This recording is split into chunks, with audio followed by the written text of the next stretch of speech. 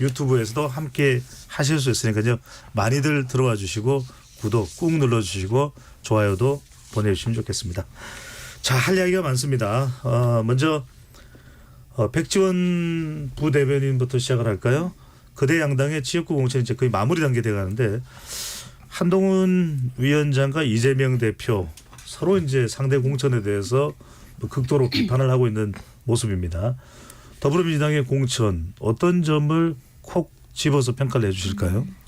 사실 이재명 대표의 사실상 독재 체제가 완성이 됐다를 공천 결과로 볼 수 있었던 것 같고요. 한동훈 위원장이 지적했던 것은 이재명 대표는 본인 자체가 패륜적인 인물이 아니냐라는 지적이 있었던 겁니다. 사실 저는 이재명 대표가 국민의힘을 향해서 패륜이라는 단어를 스스로 내뱉은 것 자체가 판단 미스라고 생각을 하는데요. 이재명 대표는 사실 패륜 정치인이라고 할 때 국민들이 가장 먼저 떠올릴 인물이라는 생각을 합니다. 그리고 이번에 민주당 정봉주 의원 공천 같은 경우에도 DMZ 발목질에 밟으면 목발 경품으로 주자라는 식으로 이제 뭐 피해 장병들에 대한 모독을 했다거나 뭐 미투 논란, 망언, 성추행 같은 여러 논란의 상징이 있는 인물이 있지 않습니까? 그래서 스스로 본인의 패착을 오히려 드러내는 발언이 아니었나라는 생각이 들고요. 네. 그리고 한동훈 위원장은 가족 대상으로 뭐 욕설을 했다는 논란이 있거나 뭐 여성의 신체에 대한 욕설을 했다는 패륜을 저지른 적이 없다는 점을 좀 말씀드리고 싶습니다. 네. 민주당 공천에서 뭐 좋은 점도 평가할 게 있을까요? 결국에는 분열 양상이 좀 잦아들고 이제 지도부가 단일 대우를 결정을 하고 있는 방향으로 가고 있다라는 것은 뭐 국민께서 보실 때 자꾸 이렇게 당들이 각각 분열하는 그림들이 너무 심했잖아요. 네. 그런 면에서는 어느 정도 지금 좀 소강 상태로 접어들고 있는 게 아닌가 싶습니다. 네. 좋은 평가를 내리신 부분도 있군요. 자, 한기 부대변인은 국민의힘 공천에 대해서는 어떻게 평가하십니까? 뭐 긍정, 부정 다 말씀을 주신다면요. 뭐 남의 당 공천에 대고 이런저런 얘기하는 것 자체가 별로 적절한 태도는 아닌 것 같아요. 그 뭐 지금 당 대표들끼리 설전 주고받는 것도 하나만한 얘기라고 생각하고 백 부대변인께서 말씀하시는 것도 그 당의 공천이 뭐 완벽해야 저 말이 칼이 들어갈 거 아니에요. 제가 받아치는 건 얼마든지 받아치죠. 그건 일베 출신들 공천하는 당 아니냐 할 수 있는 건데 그런 얘기 해서 뭐 하겠어요. 국민들이 듣기 좋지도 않을 거고 저희 당에서 공천 때문에 잡음이 있었던 건 사실이기 때문에 빨리 수습을 하고 본선 모드로 들어가야 된다는 말로 저는 가름하고 겸손한 자세로 선거에 임하겠다 말씀드립니다. 네. 김영남 정책위원장 보시기에 양대 정당의 공천 아직까지 개혁신당은 공천이 마무리되지는 않았죠. 양대 그렇습니다. 정당의 공천에 많이들 또 이제 유권자들이 집중하고 관심을 가질 수밖에 어떻게 평가하시는지요? 뭐 다들 아시는 거죠. 더불어민주당의 공천은 이른바 비명 행사의 하이라이트를 어제 찍었죠. 서울 강북을에서 박용진 의원이 탈락하면서 비명은 살아남기 어려운 살아남을 수 없는 공천이었다는 게 다시 한번 확인이 됐고 국민의힘 공천은 한동훈 위원장이 계속 시스템 공천 반복을 했습니다만 이 시스템이 2월 29일 날 김건희 여사 특검법 처리 이후에 완전히 다른 시스템으로 교체가 됐어요. 어떤 점이요? 아니 그전까지는 현역을 다 살리는 공천이었잖아요. 그런데 2월 29일 날 쌍특검법이 재표결 이후에 폐기된 이후에부터는 하루에도 현역 의원 6, 7명이 날아가는 공천이 이루어졌습니다. 그러니까 시스템 공천이라고 하면 2월 29일까지의 시스템과 3월 1일 이후의 시스템은 완전히 서로 다른 시스템이었던 거죠. 아하, 일관성이 있죠. 김건희 여사 방탄 시스템이었던 거죠. 아니 그렇죠. 근데 그 공천의 어떤 룰이나 시스템은 완전히 바뀐 거죠. 그러니까 그 한동훈 위원장이 이야기하는 시스템 공천은 반복할 필요가 없어요.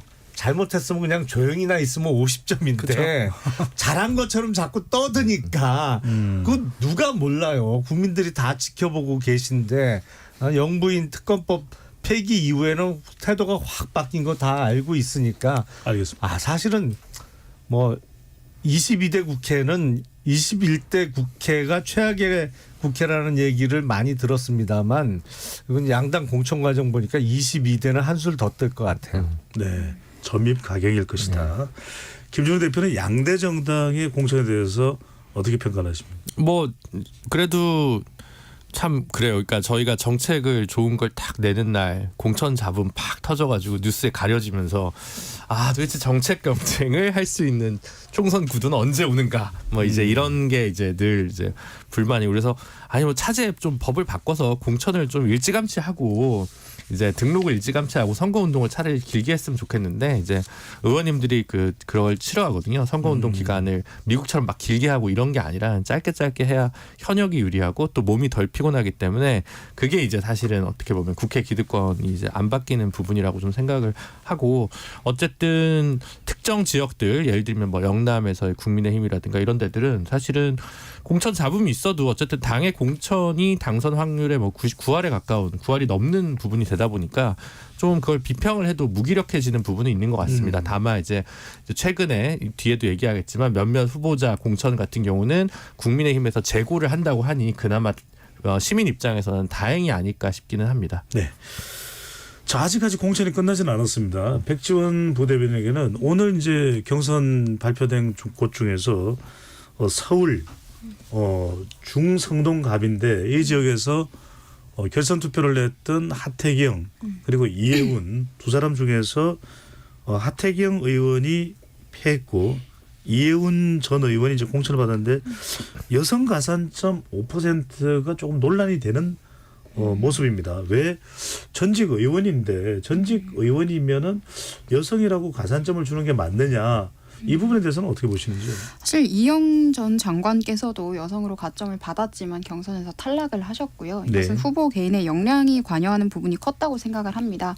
저도 중구 성동 을에 거주하고 있는 지역구민으로서 글쎄요, 하태경 후보가 과연 저희 지역과 어떤 연관성을 갖고 있고 소구력이 있었는지는 조금 그렇게 크게 경쟁력은 없었지 않나라는 생각이 들고요. 네. 지금 제기하고 있는 부분들은 아마 선대위에서 공관위에서 다 밝힐 겁니다. 지금 저희가 경선 과정에서 결과에 대해서 후보들에게 전부 통지를 하고 있기 때문에 하태경 의원께서는 좀 아쉬운 점이 있더라도 결과를 보고 승복하시는 자세를 보이셔야 하지 않나 생각을 합니다. 김영남 의장께서는 여성이지만 전직 의원에 대해서 가산점이 주어진 부분은 어떻게 보시는지요? 그러니까 여성이나 신인 가산점을 대부분의 정당들이 부여를 하죠. 근데 이해운 후보는 삼선 의원 출신이에요. 네. 삼선 의원 출신에게 가산점을 주는 게 맞나라는 의문은 들어요. 그럼 예를 들어서 뭐 비례 초선이 뭐 지역구 처음 도전하면 뭐 5% 정도 주는 것까지는 몰라도 그 이상은 좀 과하지 않냐. 아니 그러면 여성 가산점을 이렇게 부여를 하면 예를 들어서 여성 정치인 중에 가장 인지도가 높은 나경원 의원이 다음에 당대표에 도전하는 전당대회에 출마할 때도 여성 가산점 줄 건가요? 네. 그 조금 감으로는 좀 이상한 것 같아요. 삼선 의원 출신인데 가산점을 받는다는 건 좀 이상해요. 네. 어쨌든 뭐 당에서 기준을 정했고 결정을 내린 사안이긴 합니다만 조금 논란이 되고 있어서 여쭤봤습니다. 자, 이번에는 민주당입니다. 네. 한기 전 부대변인에게 질문하면 여기는 또 이제 박용진 의원이 이제 탈락을 했습니다. 네. 정봉주 전 의원이 경선에서 승리를 했는데 여기서도 하위 10% 평가. 여기는 현역 의원과 전현직 의원의 대결이었는데 하위 10% 평가가 결정적이었다. 왜냐하면 지금 보도에 따르면은 하위 평가를 빼고는 당원과 여론조사에서 박용진 의원이 앞섰다 이렇게 보도가 나오는 것 같은데 어떻게 보시는지요? 죄송합니다. 제가 일단 박용진 의원이랑 가까운 사이긴 한데 예. 그 본인은 경선 결과에 승복했잖아요. 그래서 언론에서 뭐 이걸 보고 비명행사 이렇게 얘기하는 건 하나만한 얘기예요. 왜냐면은 당에서 매 총선마다 하위 10% 하위 20% 컷오프가 있어요. 그럴 때 정치인들은 개인이 정치적 선택을 하죠. 내가 이거 억울해서 수용 못하니까 탈당해서 무소속으로 출마해서 살아 돌아올 것인가 아니면 수용하고 한번 경선해 볼 것인가. 그 탈당하고 무소속으로 나가서 이겨서 돌아오는 게 나쁜 게 아니에요. 2016년에 이해찬 대표 같은 경우에는 컷오프되고 무소속으로 출마해서 이기고 돌아왔잖아요. 그러면은 그 자체가 당의 공천이 잘못됐음을 유권자들이 사후적으로 추인해 주는 거거든요. 그렇게 살아 돌아오는 방법도 있어요. 근데 박용진 의원께서는 하위 10% 받아들인다. 그럼 좀 더 받아들인다. 그렇게 해서 경선에 임한 거고 패했잖아요. 그럼 그냥 거기서 끝난 거거든요. 본인이 선택한 거고 거기에 대해서 책임지고 하면 되는 문제인 건데 네. 끝나고 나서 이제 와서 뭐 비명 친명 나눠서 얘기하는 것은 이게 개파 이전의 정치인의 자세로 별로 적절하지 않아요. 그래서 저는 그냥 이거는 이것대로 뛰어든 플레이어들이 수용한 룰대로 결과가 나온 거니 이대로 그냥 본선을 치르면 된다라고 생각합니다. 이렇고 저렇고 할 얘기도 김준우 대표한테 여쭤보고 혹시 네. 김영남 의장이 더 하실 말씀하시는데 그러니까 뭐 시간이 지나면서 점점 더 민주당 지지층의 여론상 박용진 의원이 좀 불리해졌던 것도 원인이 아니겠냐 이런 지적은 어떻게 보시는지요? 근데 뭐 말씀하신 부분이 약간 있겠지만 그건 이제 이게 단순 당내 갈등의 문제가 아니라 선거 전체에서 민주당이 유권자들한테 보내는 신호의 측면에서도 파악할 필요가 있다고 생각하거든요. 결국은 이제 박용진 의원이 탈락하고 은평에서 강병원 의원이 탈락하고 청년 전략 지역구인 서대문에서 권지웅 전 최고위원이 탈락하고 이 메시지 자체가 과도한 친명 체제. 그러니까 어떻게 보면 조국혁신당이 지금 약간 지지율의 어떤 그 반사체로서 받는 부분까지 그게 생겨버렸다고 생각하거든요. 네. 예를 들면 비명 혹은 친문이 비례민주당의 비례연합정당에 표주기 싫다라는 마음으로 오히려 이 부분이 공천 잡음이 작동하고 있는 부분이 좀 있다고 생각하고 지역구 선거에서는 부득이하게 뭐 정권 심판해야 되니까 민주당의 표를 여전히 줄 가능성이 높겠지만 이게 비례대표에서 오히려 지지율을 깎아먹는 방식으로 이게 민심이 작동하게끔 더 가속화하는 것이 박용진 낙천의 어떤 효과다라고 보여집니다. 김 회장님요?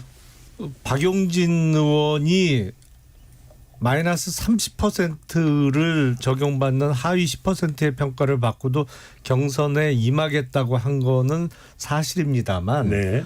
사실은 그걸 본인이 하위 10%에 내가 속할 만하다고 받아들인 건 전혀 아니잖아요.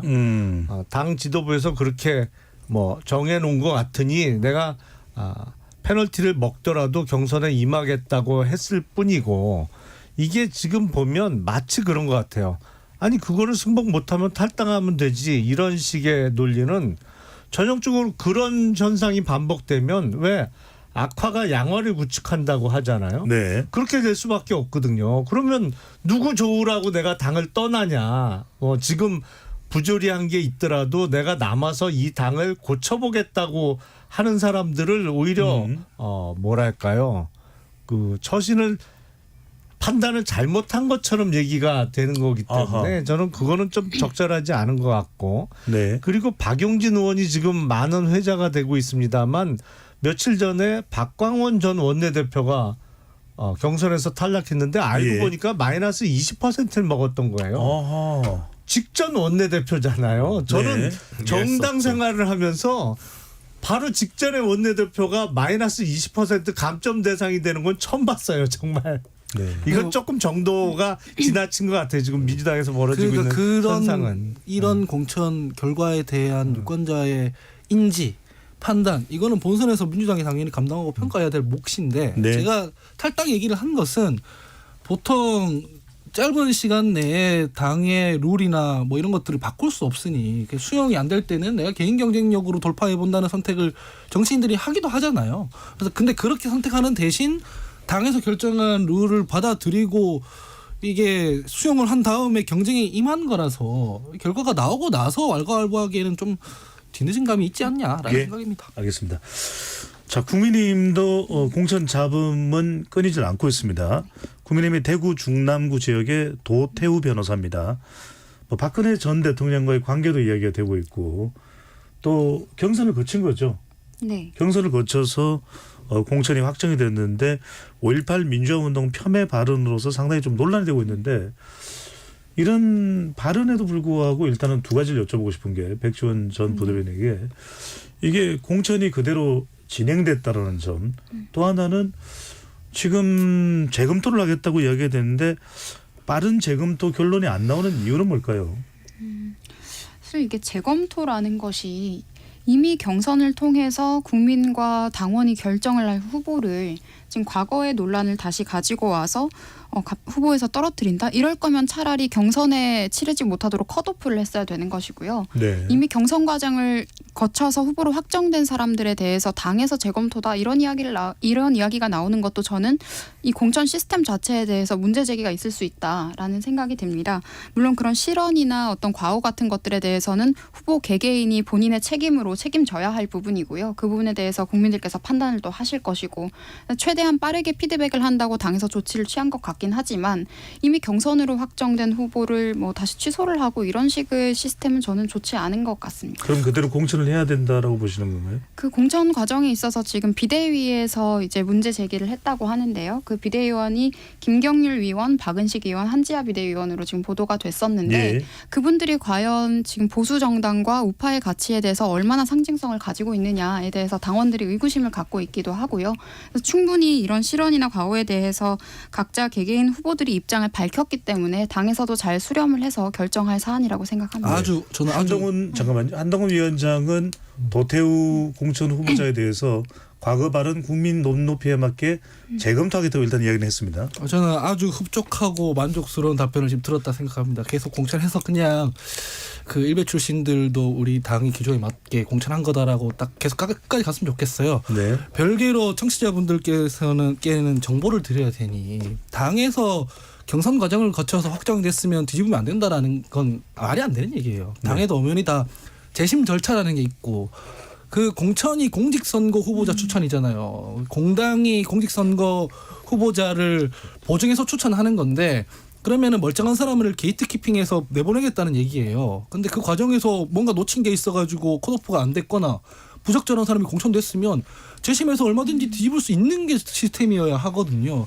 근데 그거 안 되고 나는데 그냥 우리 일베 출신 후보자를 국회의원으로 만들겠다고 하니 민주당 입장에서 매우 흡족한 사실, 어떤 결과라고 네. 잠깐만요. 일베라고 하는 것은 발언한 우리 패널의 개인적인 주장이니까요. 실제로 일베 글을 뭐 이 공유했다고 부분은 하니까요. 청취자분들께서 참고를 해주시면 좋겠습니다. 뭐 일베 출신이라고 하시니 사실 이재명 대표께서는 본인이 일베 출신이다 선언을 하신 적도 있지 않습니까?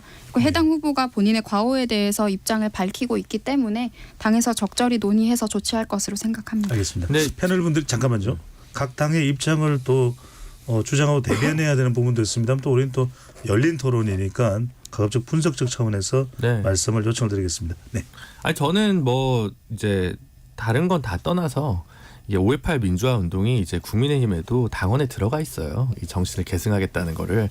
그래서 당원을 위반한 언행을 한 적. 그러니까 과거의 발언에 대해서 물론 이제 어느 정도 본인이 완전 전향적인 입장에 가진다면 모르겠는데 어쨌든 아마 김종인 비대위원장 시절에 이게 바뀌어가지고 당원에 집어넣어 있거든요. 근데 이제 본인이 각인이 안 돼 있는 거예요. 내가 어떤 생각을 가지는데 생각이 다른 정당에 가입해 있는 거죠. 도태우 변호사가 당을 잘못 선택한 거예요. 자유통일당에 가시든가 국민의힘을 탈당하는 게 맞다고 저는 보여지는데 그래서 알겠습니다. 김진태 지사도 같은 방식으로 해가지고 한번 컷오프가 될 뻔했다가 어쨌든 본인이 반성하는 태도를 보이면서 공천을 받은 역사가 있지 않습니까? 그러니까 정말 도태우 변호사가 공천을 받으려면 5.18 민주화에서 단순 과오를 얘기하는 정도가 아니라 국민의힘 당원에 맞는 이야기를 해야 된다. 그런 게 당연한 거 아닌가. 그래서 저는 외부에서 비판하는 게 아니라 내재적으로 국민의힘 차원에서도 이 문제는 자정 능력을 보여줘야 된다라고 생각합니다. 그러니까 국민의힘도 과거 그러니까 김종인 비대위원장 시절이나 이준석 대표 시절 같으면 도태우 변호사는 아마 컷오프 됐을 겁니다. 그렇죠. 경선에 못 올라갔을 거예요. 근데 지금 한동훈 비대위원장과 윤석열 대통령 시절이니까 이 공천을 받을 수 있었던 것이거든요. 근데 그 배경은 뭐냐? 도태우 변호사나 유영하 변호사가 국민의힘 그냥 꼽기만 해도 당선된다는 대구의 공천을 받은 배경은 다 알잖아요. 사실은 박근혜 전 대통령의 배경이 있기 때문에 가능했던 거예요. 그러니까 특수한 힘이 좀 작용했다고 볼 수밖에 없는데 이런 한두 가지 예로 사실은 전체 총선판이 틀어지거나 아니면 휘청거리는 예가 많았기 때문에 글쎄요. 한동훈 위원장이 과연 결단할 수 있을지 좀 지켜봐야 될 것 같습니다. 이 점을 백지원 전 부대변인 그리고 한동훈 비대위원장이 재검토한다고 했는데 시간은 좀 계속 좀 뭐 이걸 하루 만에 결정할 수 없는 사안일 수도 있겠습니다만 어떤 결정을 내리고 어떤 결정을 내려야 한다고 보시는지요? 아직 발표가 되지 않았기 때문에 저는 일단 기다려봐야겠다라는 입장이고요. 그리고 박근혜 대통령의 영향력을 말씀을 하셨는데 그럼 민주당 인사들에 대해서 문재인 대통령은 영향력이 없습니까? 이런 부분에 대한 지적은 좀 부당하다라는 생각이 들고요. 도태우 후보는 경선 과정에서 현역 의원을 제치고 지금 승리를 해서 후보로 확정이 된 분입니다. 그래서 당에서 이런 여러 가지 태도에 대해서 소명 과정도 거칠 것이고요. 충분히 고려해서 판단할 거라고 생각합니다. 알겠습니다. 문재인 전 대통령 몫으로 공천받은 사람이 누가 있나요? 아니, 제가 그리고 그분은- 민주당 사정을 잘 몰라서. 그리고 누구 그분은 혹시- 탄핵도 안 당한 분이고 탄핵당한 대통령이라고. 누구 몫이 문제가 아니라 그 캐릭터가 부적절하냐 적절하냐 이 문제를 얘기하는 이야기는 거잖아요. 여기까지 하더라고요. 오늘 격전지를 가봐야 돼서 여론조사를 소개를 해드립니다. KBS가 한국 리서치를 내서 지난 8일부터 10일까지 휴대전화 전화 면접으로 실시한 격전지 지역입니다. 바로 인천 계양을인데요. 관련된 조사는 중앙선거론조사 심의위원회 홈페이지에서 확인 가능합니다. 이재명 대표가 48%, 원희룡 전 장관이 36%로 나타나는데 김영남 의장이 보시기에는 48대 36에 일단 뭐 이 한 여론조사만 가지고 우리가 다 알 수는 없습니다. 앞으로도 이제 한 달여 가까이 시간이 남아 있고요. 어떻게 해석을 하시는지요? 확실히 국민의힘 쪽 과표집 기간이 끝난 것 같아요. 어떤 가장 의미입니까? 최근에 나오는 여론조사 결과를 보면 왜냐하면 얼마 전까지 근 한 달 이상 동안을 윤석열 대통령의 국정수행 긍정평가율이 치솟고 국민의힘 지지도도 많이 올라간 여론조사가 많이 나왔었거든요. 근데 아주 최근에 요 며칠 사이에 나온 여론조사는 완전히 이 트렌드가 바뀌었어요.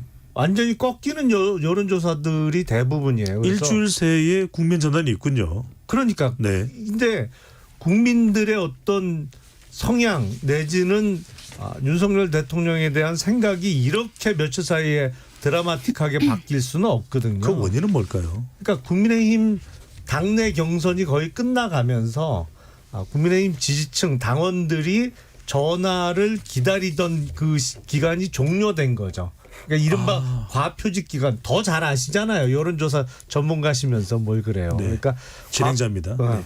과표직 기간이 끝나면서 제자리를 찾아가고 있는 여론조사 수치들이 나오는 것이 아닌가. 그리고 12% 정도의 차이가 나는 거는 원래 계양을이 항상 그랬습니다. 투표 결과를 보면 이거나 이거 이상 벌어지는 경우가 대부분이었기 때문에 제자리를 찾아가고 있는 것이 아닌가라는 생각이 들어요. 김준일 대표님 이거 여쭤보고 싶습니다. 그러니까 인천 계양을 지금 254곳의 전체 지역구 중에서 지역구 선거 중에서 이 지역이 정말 최대 격전지다. 여기만 보면 된다. 선거 결과가 총선 이후에 어떤 영향을 미치기는 이곳에서의 선거 결과가 이렇게들 이야기를 하는 겁니까?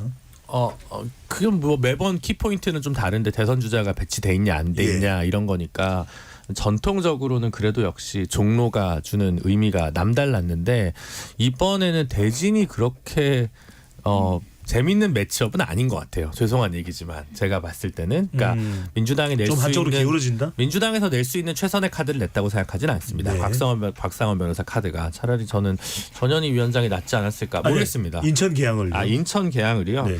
이거는 원희룡 그 전 장관이 이제 키포인트 지역으로 만든 거죠. 원희룡 장관은 사실은 한동훈 비대위원장과 함께 양대 비대위원장 후보였죠. 본인이 될 거라고 생각을 했던 거고 거기서 안 되면 그 최소한의 어떤 상징성을 위해서 종로 출마를 원했는데 최재형 의원이 있기 때문에 그 부분을 비켜나가지 못한다면 애매한 수도권 지역에 나가서 분패하는 것보다는 차라리 큰 후보와 대적하는 것이 본인의 체급을 유지하는 방법이겠다라는 정무적 선택을 해서 이 지역구를 택한 거고 그래서 크게 지더라도 크게 손해 보는 장사는 아닌 제가 좀 저렴한 표현을 썼네요. 죄송합니다. 어쨌든 그런 선택을 원 전 장관이 하신 것으로 보입니다. 이번 총선에서 가장 큰 에너지가 정권 심판론이었거든요. 정권 견제론이었는데 한 지난주까지 민주당이 공천 잡음이 너무 심해지면서 그 메인 전선이 많이 희석되거나 흐트러졌어요. 근데 얼마 전에 이종섭 전 국방장관 백주 대낮에 상관의 잘못된 지시로 해병대원이 목숨을 잃어가지고 네. 거기에 대한 것을 좀 진상을 규명하고 바로잡으려고 했던 박정훈 대령 탄압하고 여기 이 모든 사건에 얽혀있는 핵심 피의자인 이종섭 전 장관을 절차 같은 거 이런 거 다 건너뛰어가면서 네. 급하게 호주 대사로 임명했지 않습니까? 이거를 황기 부대변인 정말 죄송한데 그 이야기도 주제로 나눌 테니까 인천 개항으로 좀 집중을 설명드리겠습니다. 네. 그런 모습을 보면서 정권 심판론이 다시 한번 불이 지펴지고 있는 상황이거든요. 네. 근데 정권 심판론이 이렇게 심한 상황이면 총선에서는 강경파들이라든가 정권에 가까운 사람들을 보통 후방 배치합니다. 그래야 뭔가 차별화를 할 거 아닙니까? 근데 원희룡 장관은 이번 정권 들어와서 가장 강경파에 속하는 사람이고 가장 친정권에 속하는 사람이었거든요. 이게 무슨 단순히 이재명 대표와의 매치업 이전에 정권 견제론을 한 몸에 다 받을 수 있는 사람이기 때문에 이 정권의 평가에 따라서 지지율이 출렁거릴 수밖에 없는 거라고 저는 생각을 합니다. 네, 저는 조금 다르게 보고 있는데요. 원희룡 장관이 거의 접전 양상으로 거의 따라잡은 상황이었었는데 선거구가 좀 조정이 되지 않았습니까? 여기 미세 조정이 있었죠. 네, 미세 조정이 있으면서 사실 뭐 유불리를 따지는 것은 그렇지만 이재명 대표에게 유리한 지역이 그쪽 지역구로 포함이 되고 불리했던 지역이 또 다른 지역구로 보내지면서 뭐 게리맨더링 아니냐라는 논란도 있기도 했었는데요. 앞으로 한 달여의 시간 동안 원희룡 장관이 지역 구민들에게 소구할 수 있는 시간은 여지는 충분하다고 생각을 합니다. 예. 뭐 가령 이재명 대표가 현수막을 위해서 베어버린 나무에 뭐 초록을 입히는 것처럼 다양한 방식으로 좀 최선을 다하고 있고요. 그리고 이재명 대표가 뭐 시민을 밀친다거나 뭐 이찌기조라는 식으로 이야기했던 모습들은 이거는 뭐 지지 정당을 떠나서 국민을 대하는 태도가 올바르지 않았던 것 같습니다. 네. 잠깐만 팩트 확인을 위해서 이재명 대표가 그 지역의 유권자 시민을 이 사례가 밀었다는 있었나요? 논란이 최근에 있었습니다. 아, 최근에요? 네. 네. 자, 여하튼 최대 격전지가 되고 있는 인천 계양을입니다. 또 하나가 이제 공천이 마무리되어가는 시점에 조금 최근에 이제 선대위 구성에 이 국면이 전환되고 있는 모습도 보이고 있습니다. 김준호 대표께 여쭤보면 지금 주로 이제 양대 정당으로 좀 여쭤볼 수밖에 없는데 이해를 해주시고요. 자, 지금 여당은 한동훈 위원장 원톱입니다. 그런데 민주당은 극적인 좀 전환이 이루어졌습니다. 김부겸 전 총리가 전격적으로 선대위에 참여를 하겠다. 이해찬 전 대표도 참여를 하겠다. 이른바 민주당은 트로이카 체제가 되는데 이해찬, 이재명, 김부겸. 반면에 국민의힘은 원톱. 어떤 장단점, 유불리가 있을까요? 그래서 녹색 정의당은 투톱으로 가기로 했거든요. 아니, 정말입니다. 저희 녹색당 대표인 지금 김차희 대표님이랑 저랑 하기로 스튜디오 했는데 바깥에서는 폭소가 터졌습니다. 네, 다음 주 월요일 날 선대위가 출범해서 미리 좀 광고로 말씀을 드리고 네. 제가 다음 주에 못 나올 것만 같은 느낌적인 느낌이어서 네. 미리 말씀을 개인적인 드리고 이야기는 자제해 주시고요. 그러니까 안 물어봤는데 참 열심히 설명하시네요. 공당의 이야기입니다. 네, 개인적인 이야기가 아니고요. 알겠습니다. 진행자님. 그 민주당 같은 경우는 이제 통합의 그 가닥을 잡기 위해서 뭐 어떻게 보면 민주당의 가장 기둥이라고 할 수 있는 이해찬 총리 그리고 이제 좀 중도를 확장하거나 뭐 이렇게 지역적인 그런 부분들을 어필할 수 있는 김부겸 총리를 해서 수습 국면으로 가려고 하는데 문제는 수습할 게 다 지나버려가지고 지금 제가 봤을 때는 공천과 관련해서 그러면 이해찬, 김부겸 전 두 분의 총리가 개입할 수 있는 공천에 개입할 수 있는 여지가 있어야 되는데 현재 그렇다기보다는 메시지 관리를 통해서 현재 나오고 있는 조국혁신당의 높은 지지율을 사실은 민주당 지지층에서 뺏기고 있는 거기 때문에 거기에 대한 이른바 뭐 차단 정도의 효과밖에 누리지 못하지 않을까. 그러니까 제 말은 너무 늦었다. 말하자면 공천 과정에서 좀 통합의 리더십을 구축할 필요가 있었는데 이제 잡음이 나오면서 이제 불가항력적으로 이제 불렀고 민주당 입장에서는 김부겸 총리가 이를 수용한 부분은 다행이지만 다소 늦은 감이 있어서 얼마나 효과를 같은 구성이라도 타임이 좀 안 맞아서 좀 한계가 있을 것 같다는 거고요. 여당은 쭉 한동훈 체제로 원톱으로 갔기 때문에 나머지 분들이 들어오는 자체가 오히려 어색해요. 그래서 1+4라고 해가지고 나머지 뭐 안철수 뭐 이런 분들이 좀 밑에서 1+4 체제라고 제가 뉴스를 본 것 같은데 뭐 이거는 당연한 선택으로 보입니다. 네, 김 의장께 여쭙고 싶은 것은 방금 전에 이제 이 김부겸 전 총리 또 이해찬 전 대표가 참여 효과가 뭐냐인데 김부겸 전 총리 쪽에 주목을 합니다. 그러니까 이제 이재명 대표의 이미지 좀 부정적으로 공천 과정에서 흘러갔던 부분을 좀 만회할 수 있는 뭐 그런 효과가 또 노렸던 거 아니냐 이런 있죠. 또 분석도 나오는데 어떻게 보시는지요? 아니 그러니까 김부겸 전 총리의 선대위원장 수락 자체가 큰 의미가 있다고 저는 생각을 해요. 그리고 이 상황이 가능해진 가장 직접적인 원인은 이른바 제3지대의 빅텐트의 실패라고 저는 생각을 합니다. 사실은 빅텐트가 쳐져 있으면 지금 이 시점 이전에 어느 시점이 됐었을지는 잘 모르겠습니다만 네. 이 상황 오기 전에 아마 김부겸 전 총리는 제3지대에 합류할 가능성도 크지 않았을까라는 아쉬움이 있어요. 사실은 이른바 우리가 제가 만든 말입니다만 삼총당이 가능할지도 모르겠다는 얘기를 1월 달에 제가 해드린 무슨 적이 얘기입니까? 있는데 정세균, 김부겸, 아, 예. 이낙연 이렇게. 세 분의 총리 출신들이 한 당으로 합치는 삼총리가 한 당에 모이는 삼총당. 네. 그러니까 이 가능할 수가 있었는데 그게 가능해지려면 사실은 제3지대가 다 하나로 모여 있었다고 하면 저는 가능성이 열려 있다라고 봤거든요. 근데 그게 무산되면서 김부겸 전 총리 같은 분이 민주당에 그대로 잔류하고 있으면서 선대의 합류까지 가능해진 것이죠. 사실은 이번 총선에서 더불어민주당의 공천에서 컷오프되거나 뭐 뚜렷하게 원인을 찾기 어려운 많은 감점을 받고 경선에서 패배했던 분들이 그냥 대부분 민주당 잔류를 선택한 가장 큰 이유가 다른 대안이 없었기 때문이라고 저는 생각을 해요. 그래서 네. 이재명 대표 입장에서는 그렇게 친명 공천을 노고라 하고 공천 파열음이 그렇게 컸음에도 불구하고 제3지대가 쪼그라드는 바람에 그래도 다행스러운 상황은 만들어졌다 이렇게 봅니다. 하전 부대변인 이게 궁금합니다.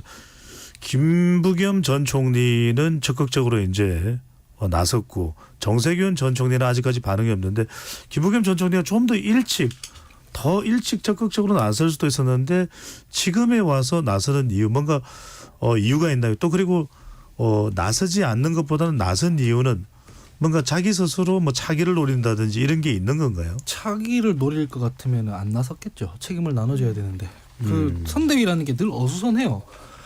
한 달 남짓 짧은 기간 동안 밀도 있게 일을 처리해야 되기 때문에 늘 이견도 있고 충돌도 있고 갈등도 있고 그럽니다. 그래서 여의도에서는 흔히 캠프 정리되면 이제 투표 날이다 이런 말을 막 우리끼리는 하거든요. 근데 실제로 그런 효과들을 그러니까 이 어수선한 선대위를 분위기를 정리할 수 있는 인사들이 몇 명 있어요. 민주당으로 치면 뭐 이해찬 대표나 김부겸 총리 같은 분이고 보수에서는 뭐 김종인 위원장 같은 분이죠. 그래서 실제로는 지금 우리가 공천 갈등 이런 것 때문에 잡음이 있는 상황에서 다시 선명한 정권 심판론 구도로 가는데 도움이 될 것이라고 생각을 하고요. 김부겸 총리는 민주당이 180석하고 영광의 시절에 혼자 험지에 나가서 고생하고 뭐 낙천하고 이랬던 분이고 동시에 민주당이 정부가 이제 레임덕에 빠지는 임기 말에는 또 가서 총리로 도와주면서 책임을 나누고 이랬거든요. 그래서 원래 성정이 그런 분이에요. 사심 없이. 네. 그래서 자기 개인의 이익을 생각한다면 지금 공천도 다 끝난 상황이고 책임은 나눠지고 이런 상황에서 굳이 안 뛰어들었을 텐데 아마 당을 위해서 헌신하기 위해서 선택을 하신 거다라고 생각을 합니다. 네. 백지원 전 부대변인 그럼 궁금해지는 것이 민주당은 아까 김용남 의장이 참 좀 솔깃한 분석을 해주셨어요. 이게 지난 일주일 새 대통령의 지지율도 좀 주춤하고 국민의힘 지지율도 물론 이제 표현상 그렇게 하셨습니다만 과다 표집되는 상황도 더 이상 지속되지 않는다. 조금 이제 국민의힘이 경계해야 되고 또 더 정신을 좀 바짝 차려야 되는 그런 시점의 의미를 담고 있는데 한동훈 위원장은 원톱이거든요. 일각에서는 한 위원장 개인 리스크가 발생할 경우에 우리는 뭐 알 수 없습니다만 선거에도 영향을 줄 수 있고 트로이카 체제가 민주당에서 의외로 위력을 발휘한다면 그 부분도 이제 공천 이후의 상황이라서 상당히 좀 위협 부담이 될 수 있는데 그냥 원톱으로 가는 겁니까? 아니면 뭔가 누가 일각에서 거론되는 것처럼 이뇨한 전 혁신위원장과의 투톱 체제가 만들어지는 겁니까? 여러 가지 이야기가 나오고 있지만 지금 원톱 체제라고 말씀을 했었고요. 그리고 나경원, 안철수, 원희룡, 윤재옥 의원 이 4인으로 공동선대위가 구성이 됩니다. 그래서 저는 오히려 지금까지 쭉 주도해왔던 한동훈 위원장이 원톱으로 메시지를 통일을 하고 경력 있는 정치인분들께서 이제 또 4인으로 공동선대위에서 실무적인 보완을 해나가는 것이 맞지 않나. 그리고 나경원, 안철수, 원희룡 의원 전 장관까지 이렇게 세 분을 선택한 것은 수도권에서 저희가 더 많은 지지율을 끌어올리겠다라는 의지의 표명으로 보고 있습니다. 그리고 한동훈 장관의 리스크라고 하는 것은 만약에 실존을 했다면 이미 불거졌을 거라는 생각을 하고요. 법무부 장관 시절에도 민주당이 한동훈 위원장을 상대로 김의겸 의원이 청담동 음모론이나 이런 것들을 제기했지만 결국 허위로 밝혀지지 않았습니까? 그래서 지금까지의 상황에서 조금 더 실무적인 역량을 강화해서 앞으로 좀 침착하게 나아가겠다라는 메시지로 저는 보입니다. 김 회장께서는 어떻게 보셨는지 원톱 시스템인데 원톱 체제에 대해서요? 확실한 원톱이죠. 네 분의 공동선대위원장은 다 지역구 출마 후보예요. 그러니까 자기 코가 석자기 때문에 선대위에 자주 오기도 어렵습니다. 그러니까 이거는 확실하게 한동훈 위원장 원톱 체제를 더 공고화하는 선대위 구성이라고밖에 생각이 안 되고요. 한동훈 위원장은 이제 언론과의 일종의 허니문 기간도 다 끝나가는 것이 아닌가 싶어요.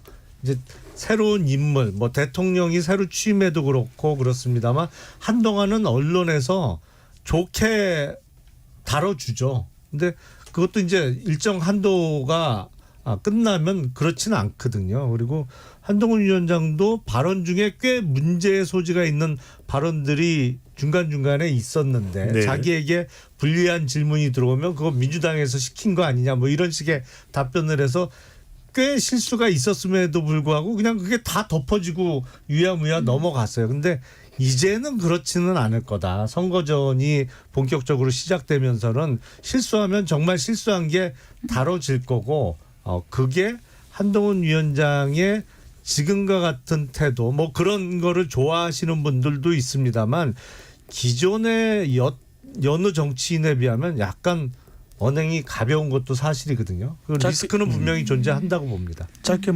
반론하고 싶은 내용이 있나요? 네, 언행이 가볍다는 말씀에는 동의하기가 어렵고요. 물론 선거 경험이 없다 보니 선거 경력이 있는 정치인들의 보완이 필요하다고 생각을 합니다. 그리고 그 핵심적인 역할을 앞서 말씀드렸던 네 분께서 해주실 것 같고요. 자기 코가 석자라고 하셨는데 각자의 지역구에서 선전을 하고 계신 분들입니다. 그래서 그런 활동하는 모습만으로도 당원들에게 충분히 좋은 사례로 남을 수 있을 것 같습니다. 네. 총선이 가까워지면서 선거 관련된 이야기도 점점 치열한 또 불꽃을 튀고 있는 것으로 또 판단됩니다. 지금 여러분께서는 KBS 열린 토론 함께하고 계십니다. 유튜브에 들어가셔서 KBS 1라디오 또는 KBS 열린 토론을 검색하시면 지금 바로 토론하는 모습 보실 수 있으니까요. 들어와 주시고 또 구독 많이 해주시면 좋겠습니다. 자, 로고 듣고 2부 이어가겠습니다.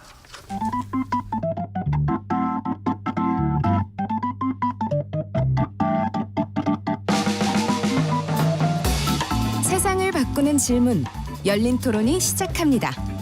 KBS 열린 토론은 언제나 열려 있습니다.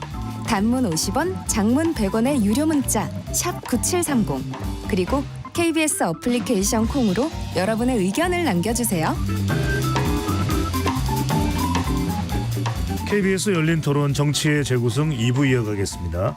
스튜디오에는 하흥기 전 더불어민주당 상근 부대변인, 김준우 녹색정의당 상임대표, 김용남 개혁신당 정책위 의장, 백지원 전 국민의힘 선대본부 상근 부대변인 네 분과 함께하고 있습니다. 자, 2부에서는 비례 투표 관련한 이야기, 비례 정당 이야기 좀 집중적으로 나눠보겠습니다. 물론 지역구의 후보자를 내지 않는다는 이야기는 아닙니다. 자, 오늘 청취자분들께서 또 유튜브로 시청자분들께서 좀 깜짝 놀라실 내용도 있습니다만 녹색정의당 이야기부터 해보겠습니다. 오늘 비례대표 출마 선언을 한 바로 우리 패널이십니다. 김준우 대표, 녹색정의당 비례대표 6번에 배정됐습니다.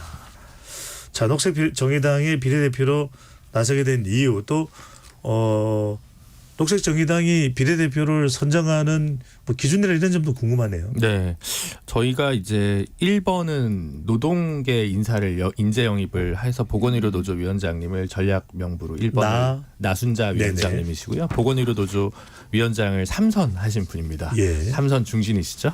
그래서 2번은 이제 녹색당이랑 저희가 선거연합정당을 해서 녹색당 부대표 허순규 부대표가 녹색당 자체 경선에서 1등을 해서 선정이 됐고요. 당내 경선을 통해서 이제 3번, 4번을 이제 배정을 했습니다. 그래서 3번은 전라남도에서 기초의원 재선, 광역의원 초선을 하신 지역구입니다. 모두 비례 아니고요. 이보람이 의원이 이제 되셨고 4번은 거리의 변호사, 노동계에서 많이 활약하신 권영국 변호사님으로 했고요. 그래서 5번 이하를 저희가 이번에 14번까지 전략 명부를 했는데 청년 여성, 여성 농민 그리고 기후 관련 전문성, 장애인 후보 그리고 이제 지역 대표성 이런 것들을 골고루 고려해서 5번부터 14번까지 네. 이제 공천을 했습니다. 근데 제가 선거를 책임지는 방식과 관련해서 사실 처음에는 지난주까지만 해도 출마 여부가 결정이 좀 안 돼 있었던 상황이었는데 이제 중간에 좀 낮은 지지율에서 책임감을 가지고 가운데 번호로 책임을 져라라고 이제 이야기들이 있었고 그래서 끝까지 번호 가지고도 굉장히 고심을 하다가 마지막에 이제 이번 주말에 번호를 결정해서 자, 바로 이 부분입니다. 있겠습니다. 제가 단도직입적으로 청취자분들이 궁금해하시는 부분을 여쭤보겠습니다. 당선 가능성이 있습니까? 네, 뭐 있다고 저는 믿고는 있는데요. 네. 이제 물론 뭐 조금 요즘 최근에 지표가 좋지 않기 때문에 뭐 패널 한국갤럽 이거 조사 얘기하면 안 되는구나. 어쨌든 네. 그러니까 그 제가 왜냐하면 데이터가 지금 기억이 안 나기 그러니까 날짜가 네. 기억이 안 나기 때문에 다음 주 이야기를 안 하시면 좋습니다. 제작진의 이제 노고를 덜어드리기 위해서 네. 그러니까 어쨌든 투표 의향은 지난 총선 정도의 지지율 정도가 나오고 지지도는 낮게 나오고 이렇게 나온 상황인데 이제 그 중간 정도 값이 될 경우에 저희가 사실은 비례대표를 이번에 2년 순환제로 실험을 하기로 했습니다. 네. 그래서 6번이라도 가능성이 없는 것은 아니다. 그렇게 어렵게 말씀하실 필요가 없어요. 네. 지난 총선에서 정의당 비례대표 5석 네. 냈죠. 네, 네. 그리고 6번 받으셨잖아요. 네, 그렇습니다. 저는 리더의 태도는 이래야 된다고 생각해요. 네. 지난번에 비례대표 5번까지 당선이 됐으면 내가 그 다음 번호를 지키면서 나까지 당선시켜달라고 네. 당원과 지지층에게 호소할 수 있는 이런 게 저는 리더의 자세라고 생각을 합니다. 감사합니다. 훌륭하세요. 김일남 의장 녹색정의당으로 옮겨가시게 되나요? 아니요.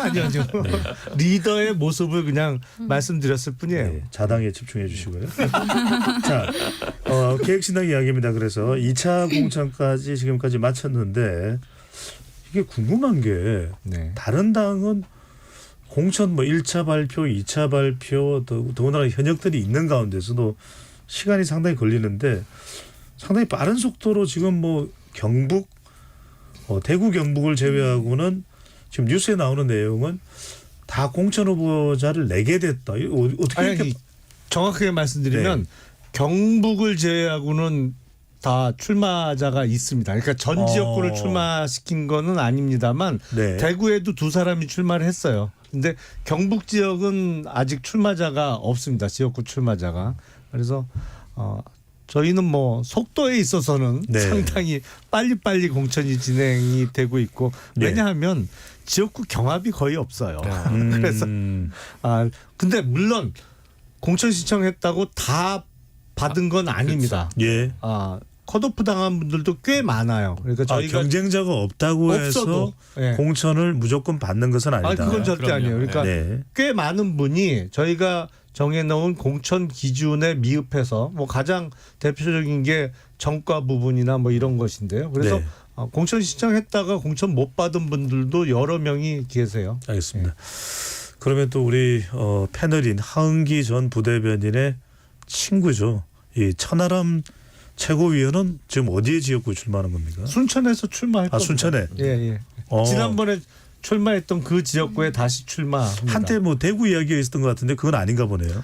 그거는 만약에 이준석 대표가 대구에 출마하게 되면 천하람 위원장이 원래 대구 출신이잖아요. 맞습니다. 그래서 네. 소위 대구에 스크럼을 짜고 애플벨트 이야기가 나왔죠. 예, 같이 출마할 수도 있다라는 차원에서 나왔던 얘기인데 네. 천하람 위원장은 4년 전에 출마했던 바로 그 지역에 다시 출마합니다. 김 회장님 근데 궁금한 점이 있습니다. 이준석 대표도 지역구 출마, 천하람 최고위원도 지역구 출마인데 김용남 의장께서 비례대표를 신청했다. 이건 어떻게 받아들여야 될까요? 그러니까 이준석 대표도 천하람 위원장도 다 지역구 출마하니까 그러면 당은 누가 지켜요? 손은 누가 키우고? 네. 아니 그래서 그 열린 토론 내 경선이더라고요. 이기인 의원도 도의원 사퇴를 하고 김용남 의장도 이제 께서도 하시니까 두 분 중에 한 분은 되시지 않을까. 그래서 아니 그러니까 그런 거를 조롱하는 분도 있는데 거대 정당이 아니잖아요. 제가 지난주에도 말씀을 드렸는데 이준석 대표가 지역구 출마하는 거는 너무 위험한 도박이라고 했어요. 이준석 대표가 만약에 지역구에서 생환이 안 되면 예. 그 개인은 어떨지 모르겠지만 당 자체에는 치명적인 타격을 입기 때문에 무조건 원내 입성하는 식으로 전략을 짜야 된다 생각하거든요. 근데 비례 양당에서 공천하듯이 그냥 신인들 아무도 모르는 1, 2, 3, 4분 공천해버리고 지역구 나가는 사람들은 만약에 떨어지면 당의 생존이 안 돼요. 그래서 저는 당연히 소수 정당이랑 거대 양당이랑은 비례나 지역구 공천에 있어서 기준이 다를 수밖에 없다고 생각합니다.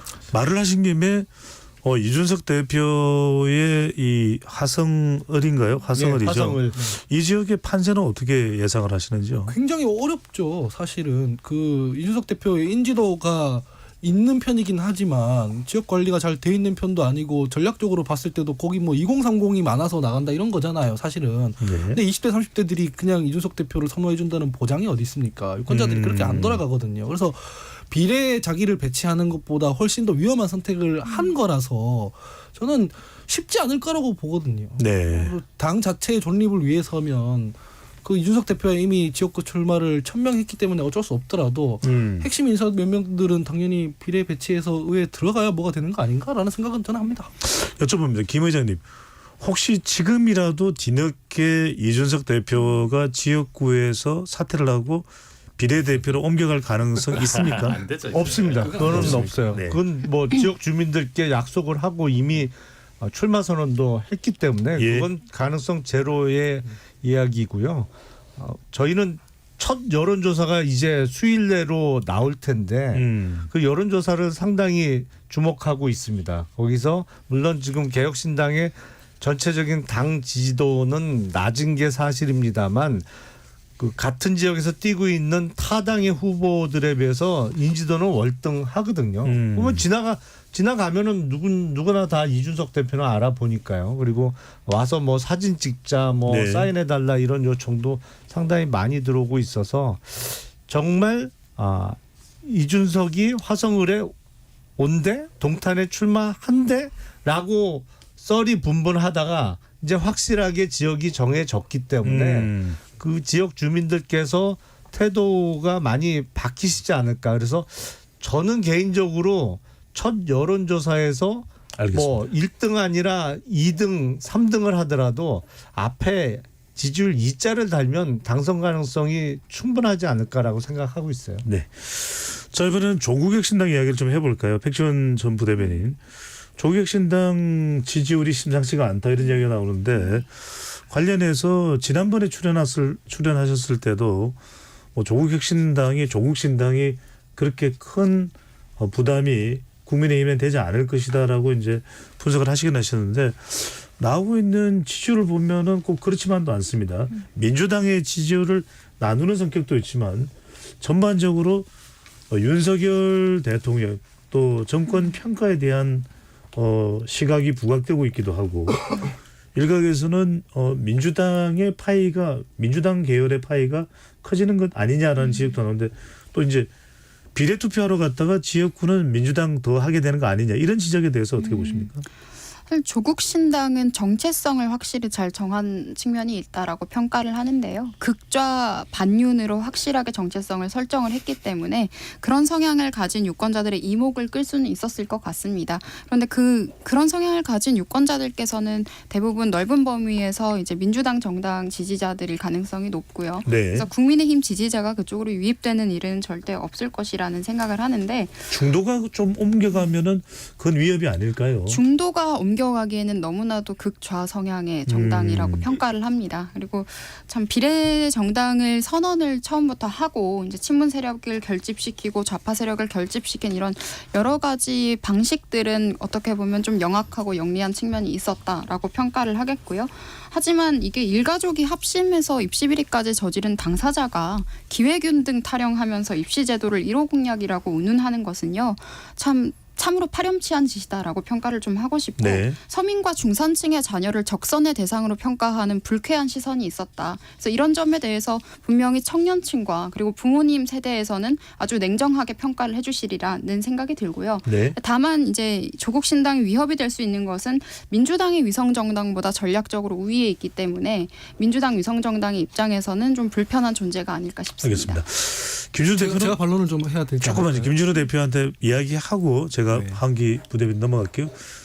김준우 대표가 볼 때는 조국 혁신당의 부각이 국민의힘에 주는 영향 또 민주당에 주는 부담 어떻게 보시는지요? 근데 저는 뭐 분명히 부담이 있다고 생각을 하는데요. 왜냐하면 이게 조국 혁신당 그 자체의 존재의 문제가 아니라 민주당이 조국 혁신당과 어떤 관계 맺음을 할 것인가와 관련해서 중도 민심이 어떻게 돌 거냐와 관련된 문제가 있는 것 같습니다. 근데 그 영향을 지금 사실 어떻게 그래서 마지막에 민주당에 찍을 수 없고 조국 혁신당에도 찍을 수 없는데 그 표가 그러면 누구한테 갈 거냐라고 하는 문제에 있어서 뭐 녹색 정의당이든 개혁신당이든 좀 그 외의 양당의 카테고리 바깥에 있는 당들이 다소 지금 지지부진한 상황에서 오히려 그분들이 그냥 투표장에 안 나올 가능성들이 저는 조금 더 있을 수 있다고 생각하거든요. 그러니까 이거는 직접적으로 그래서 이 결과값에 또 어떤 영향을 미칠지 좀 다른 문제인 것 같은데, 그러니까 투표율에 강성 지지층, 민주당 강성 지지층이나 연성 지지층에 주는 영향도 있겠지만 스윙 보터들한테 어떤 영향을 미칠 건가? 스윙 보터들이 투표장에 나올 것인가 안 나올 것인가? 아니면 이분들이 다시 투표장에 나오려고 하면 녹색정의당이나 개혁신당이나 뭐 새로운 미래 이런 당들은 어떻게 더 적극적으로 자기를 포지셔닝 할 것인가? 이런 네. 복잡한 방정식이 있다고 생각합니다. 아까 전에 백 부대변인께서 조국 신당이 이제 극좌로 결집이 돼 있기 때문에 그 지지율이 올라간다 했는데 네. 사실이 아니고 반대예요. 극좌는 어디 있냐면 이제 비례연합 정당이 있죠. 민주당, 그 통합진보당의 후신 세력이. 그래서 극좌가 포함되어 있는 그 정당이 원내 진입하는 걸 꺼름칙해하는 민주당의 정통적 지지층이 조국 신당으로 옮겨가는 거라서 네. 반대로 분석을 했다고 저는 생각을 하고요. 두 번째는 저도 조국 대표 당내에서 제일 많이 비판했던 사람인데 윤리적 평가라는 게 그 시기와 상황에 따라서 변해요. 무슨 얘기냐면 문재인 정부에서 사람에 충성하지 않는다며 진영과 무관하게 수사를 했던 검찰총장이 있는 상황에서 조국 장관을 비판하는 것과 예. 김건희 여사가 디올백을 받든 도이치모터스 뭘 하든 방탄을 하는 그 집권 여당, 그리고 체포동의안이 넘어왔을 때 불체포특권 포기한다 해놓고 부결 호소를 했던 제1야당, 둘 다 방탄한다는 평가를 받고 있는 상황에서 조국 장관한테 그 같은 윤리적 잣대를 들이대면 유권자들이 설득력이 있겠습니까? 니네부터 잘하라고 하지. 그래서 저는 조국 혁신당이 지지율이 올라가게 만드는 요소 중 하나가 양당이라고 생각을 해요. 백 부대변인께서도 당연히 그 국민의힘 입장에서는 저렇게 비판할 수 있지만 네. 조국 혁신당을 부활시켜 주고 있는 것은 자당의 문제도 있다라는 걸 성찰적 자세로 좀 돌아볼 필요도 있다고 생각합니다. 저는 국민의힘 입장이 아니라 국민 한 사람의 입장으로 강력하게 비판을 좀 하고 싶습니다. 조국 신당의 문제점은 조국이라는 그 인물이 갖고 있는 그 정체성 자체가 잘못되었다라는 평가가 국민들이 내리고 있는 그것이 가장 큰 핵심이라고 생각을 하고요. 뭐 김건희 여사 이야기를 하는데 그건 별개의 문제입니다. 김건희 여사에게 도덕적 오점이 있다고 해서 조국 일가가 저지른 입시 비리가 사라지지 않습니다. 지금 유죄 판결들도 나왔고요.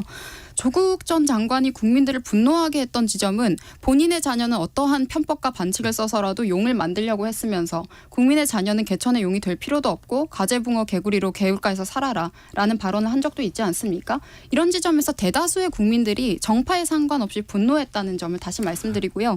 그것 때문에 윤석열 대통령이 국민의힘과 정치 이력이 없는데도 불구하고 소구력을 갖게 된 겁니다. 그 맞는데 제가 말씀드린 건 뭐냐면 대법원 판결 나고 감옥 가면 그만이잖아요. 정당 차원에서 방탄할 일이 없다는 얘기죠. 근데 양당은 아니잖아요. 그럼 굉장히 정치 공학적으로 보시는 것 정치공학적인 같은데요. 게 아니, 그냥 감옥에 제가 간다고 해서 잠깐만요. 네, 입시 비리를 저지른 것에 잠깐만요. 대한 국민의 분노가 잠깐만요. 사그라들지는 않습니다. 백시원 부대변인 잠깐만요.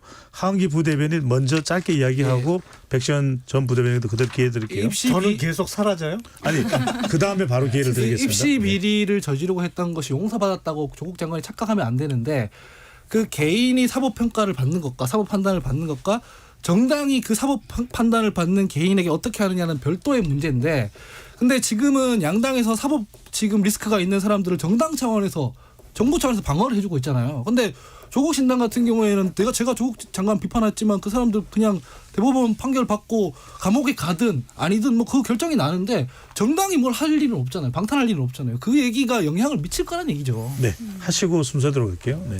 네, 뭐 그런 정치공학적인 분석도 있겠지만 조국이란 인물의 위선과 잘못된 점들에 대해서는 국민께서 올바르게 판단하실 거라 믿습니다. 김영동 의원님. 조국 혁신당은 그 탄생 자체가 대단히 병리적인 현상이죠. 왜냐하면 당 대표를 맡고 계신 분이 당장 다음 주에 수감이 돼도 하등에 이상할 게 없는 지금 법적 지위에 놓여 있잖아요. 그리고 유일한 현역 의원인 황운하 의원도 울산시장 선거 개입 사건으로 1심에서 징역 3년의 실형을 선고받아 놓은 상태예요. 그러니까 그런 인물들이 주도하는 정당이 탄생한다는 게 대단히 비상식적인 현상인 거는 틀림없는데 조국 혁신당의 탄생 자체가 불러오는 예상치 않은 효과가 있습니다. 그건 뭐냐면 국민의힘을 지지했던 분들이 조국 혁신당에 표를 주지는 않아요. 다만 이번 총선을 한동훈 비대위원장의 얼굴로 치르고 윤석열 대통령과 국민의힘이 약간 분리되는 이미지로 총선을 가져갔던 프레임이 네. 깨진다는 얘기죠. 왜냐하면 조국이 등장하면서 누가 뭐래도 조국 대표의 대척점에 서 있는 사람은 윤석열 대통령일 수밖에 없어요. 그러니까 윤석열 대통령이 다시 선거판에 부각되는 효과가 분명히 있거든요. 알겠습니다. 이거는 국민의힘에 있어서는 좋게 작용하지는 않을 겁니다. 김준우 대표요. 저는 이제 조국의 강을 건너는 여러 가지 방식이 있다고 생각을 하는데 저희는 사실 이제 조국 장관 당시에 법무부 장관 인준을 반성한다고 이야기한 정당이고요. 조국 대표는 그 당시에 장관직 수락한 것을 후회한다고 한 분이죠. 요 사이에서의 차이가 있는데 어쨌든 저는 이제 사실 로스쿨을 제가 나왔고 또 변호사로서 이제 그런 고민을 할 때가 있습니다.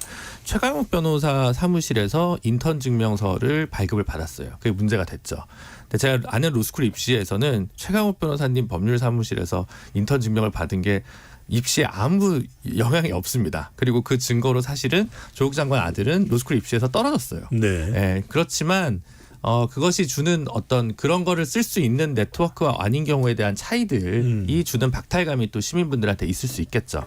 그런 점에서 저는 이 대학 입시랑은 좀 다르기 때문에 로스쿨 제도에서 적어도 한 30% 정도의 입학을 다른 서류 아무것도 안 보고 리트 100%로만 한 30% 정원을 하자. 이런 제안을 지금 국민들한테 드릴 예정입니다. 리트라는 것은 변호사 로스쿨 로스쿨 입학 시험이죠. 네, 네. 법학 적성 시험입니다. 그렇게 되면 연령이나 학교 뭐 이런 것들은 전혀 보지 않는 거를 근데 전부 다 그렇게 하자는 건 아니고요. 한 30% 정도의 하는 정책 실험을 할 필요가 있다. 이것이 조국 사태에 관해서 어떤 평가를 하고 제도 개선을 할 수 있는 나아가는 길로 가는 것이 정치가 찾는 길이지. 네가 잘못했었네, 네가 더 잘했었네 이것만 얘기해가지고 정치가 한 발짝도 앞으로 나아가지 못한다. 라는 네. 말씀을 드리고 정치 싶습니다. 공부를 그럼에도 불구하고 우리가 법사위원을 하겠습니다. 지금 공천 관련해서 또 3월 한 달 동안 선거 캠페인 관련해서 이야기 안 할 수는 없습니다. 하은기 전 부대변인께 이걸 여쭤봐야 될 것 같은데 오늘 또 나온 소식 중에 하나가 뭐 속보는 아닙니다. 이미 이제 오전경에 나왔나요? 더불어민주연합의 시민사회 몫으로 비례대표로 사실상 순번 1번으로 확정됐던 전지혜 금융정의연대 운영위원이 이제 자진 사퇴 의사를 밝혔습니다. 이게 이제 이 소속돼 있는 전지혜 운영위원이 소속돼 있는 금융정의연대가 뭐 반미 운동을 했나요? 아니요. 금융정의연대가 아니고요. 네. 그 결의 하나라고 하는 통일운동 단체에서 활동한 이력 때문에 예. 그리고 금융정의연대에서 반미 활동을 할 리는 없죠. 그 뭐 금융정의연대하고 상관이 없는 거죠. 네, 네. 잘 말씀해 주셨고요. 네. 결의 하나라고 하는 곳에서 이제 실제로 전지에 이 사퇴한 운영위원이 비례대표를 사퇴한 이 전지혜 씨가 반미 운동에 참여한 사실은 있습니까? 네, 뭐 그 본인이 그랬는지는 모르겠고 네. 이제 그 통일운동 단체다 보니까 보통 뭐 주한미군 문제에 관해서 비판적 시각을 가지고 이제 보통 통일운동 하시는 분들은 팀 스피릿이나 한미 연합 훈련이 전쟁 분위기를 좀 더 고조시킨다라는 알겠습니다. 차원에서 비판 활동을 많이 하는 걸로 여튼 알고 반미 있습니다. 성격인데 궁금한 것은 이게 상당히 선거에 영향을 줄 수 있는 요인이 될 텐데 왜 좀 미리 차단이 되거나 미리 조정이 되거나 이렇게 되지 못한 건 뭐 때문일까요? 아니 전 이미 영향을 주고 있다고 생각하고 이런 문제들 때문에 넓게 보면 진보당까지 포함해서 이것 때문에 조국 신당의 지지율이 올라간다고 아까 말씀드렸잖아요. 그러니까 제가 일관적으로 이런 문제에 대해서 말씀을 드리는데 정당이 이런 거 하면 안 돼요. 정당이라는 건 이념 결사체인 것이고 지향과 노선이 분명해야 되거든요. 그 김영남 정책위의장께서도 그 한 2-3주 전에 겪으셨지만 이런 거 잘못하면은 당이 망가집니다. 왜냐하면 책임을 못 지잖아요. 공당에서 이거 공천 줄 때는 민주당에서 참여를 해야 하는데 자기들이 책임도 못 질 공천을 해야 된단 말이죠. 그러니까 참여를 해야 된단 말이죠. 그러면 공천 과정에서부터 이렇게 시끄러워지고 하는 거거든요. 그래서 어떻게 할지 잘 모르겠지만 이번에는 이 비례연합 정당에 뭐 이 전통적 민주당 지지층들이 조금 손이 안 갈 만한 비례 후보자들이 앞번호에 배치됨에도 불구하고 밖에 그래도 여러 정당들이 몇 개가 있으니 대한 정당들이 있어서 글로 지금 교차 투표를 뭐 대한 투표를 하겠다는 상황이라 다행인데 언제까지 위성 정당 이렇게 만들어 가지고 이렇게 갈 수는 없잖아요. 22대 네. 국회에서는 이거 제발 정리를 좀 해야 합니다. 알겠습니다. 이제 토론을 마무리할 시간인데요. 특히 투표 후보자 선정 관련해서 계속해서 잡음이 나옵니다. 연동형과 관련된 부분에 대해서도 이런저런 지적이 나오기도 하고 후보자 선정 관련해서도 파장이 나오기도 하는데 내분 패널께서는 앞으로 이 비례 투표 후보자 선정을 어떻게 해나가야 될지 어떤 점이 핵심이 되어야 될지 그 부분을 각각 30초씩 이야기해 주면서 마무리를 해 주시면 좋을 것 같고요. 김준우 대표께서는 오늘이 출연 일단은 마지막이 되시는 거죠. 네. 선거 전까지는요. 그래서 네, 안타깝게도 그렇습니다. 그 마지막 인사도 좀 함께 해 주시면 좋을 텐데 끝 순서로 하시기로 하고 백지원 부대변인 어때요? 네, 저 국민의힘 그리고 국민의 미래 비례대표라면 무엇보다도 보수 우파로서의 정체성이 확보되는 것이 우선이라고 생각을 합니다. 그리고 22대 국회는 여당의 입장에서 남은 윤석열 정부와 함께하는 여당으로서 국정 운영에서의 역할이 중요하다고 보기 때문에요. 이런 국정 과제들에 대한 이해도나 우파로서의 상징성 같은 것들이 좀 담보가 되어야 될 것 같습니다. 네, 하은기 부대변인요. 비례대표 제도의 취지가 있잖아요. 지역구 선거에서 이기기 힘든 분들, 장애인, 뭐 기업가, 노동가, 신인, 청년, 여성 이런 분들도 국회에서 대의가 돼야 되는 국민인데 당장 어려우니까 직능별로, 세대별로, 뭐 성별로 이렇게 해서 배치를 해서 국회에서 대의되게 하기 위한 목적이잖아요. 근데 요즘 보면은 이 비례대표를 다양성으로 안 하고 무슨 권력에 충성하는 순서대로 배치하고 뭐 이래서 미움 받는 건데 비례대표의 취지를 살려가지고 국회 다양성을 확장할 수 있는 방법에 공천을 해야 될 것 같습니다. 네, 직접 비례대표 신청도 한 김영남 의장 이야기를 들어볼까요?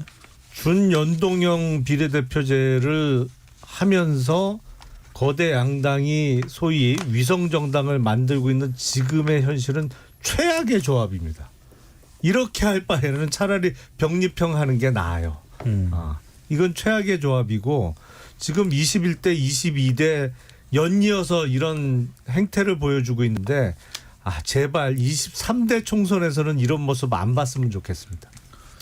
저도 이제 김준우 대표께는 특별히 1분 조금 더 드리겠습니다. 그래서 이 위성정당에 대해서 녹색정의당은 지금 고발까지 한 상태죠. 아니, 헌법 소원을 냈습니다. 네. 그 부분까지 아울러서 말씀해 주시죠. 그러니까 저는 사실 이번에 비례위성정당이 결국 이제 재방송되면서 준연동형의 시효는 끝났다고 생각합니다. 다만 병립형도 사실 전 세계적으로 5개 국가밖에 안 하고요. 조금 더 비례성 높은 병립형이 아닌 그리고 준연동형보다는 제도 해킹 가능성이 없는 제도를 다음 국회에서 꼭 찾았으면 좋겠다라고 하는 바람이고요.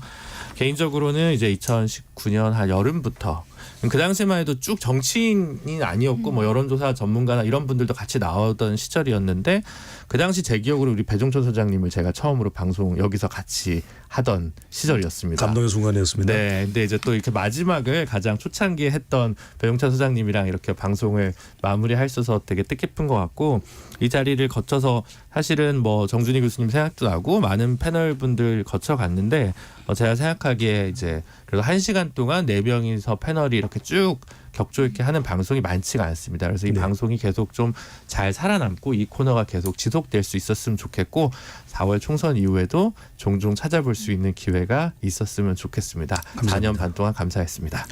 네, 김준우 상임대표에게도 좋은 일이 있기만을 또 더욱 기원 드리도록 하겠습니다. 게시판에 배종찬 소장이 제가 아마 진행하면서 했던 뭐 설명인 것 같은데 일본 의회에는 비례대표가 없다고 그렇게 이야기를 하시는 분인데 제가 한국과 같은 비례대표가 없다는 말 또 그 설명에는 미국의 비례대표는 없죠, 그죠? 없죠. 네. 미국의 비례대표가 없다는 걸 설명해서 일본에서도 한국과 같은 비례대표가 없다는 걸 설명드리니까 전인집이니까 오해가 없으시기를 바라겠습니다. KBS 열린토론 정치의 재구성 이것으로 모두 마무리하겠습니다. 오늘 함께해 주신 김준우 녹색정의당 상임대표, 김용남 개혁신당 정책위 의장, 백지원 전 국민의힘 선대본부 상근 부대변인, 하흥기 전 더불어민주당 상근 부대변인 네 분 고맙습니다. 네, 감사합니다. 감사합니다. 지금까지 KBS 열린토론 배종찬이었습니다.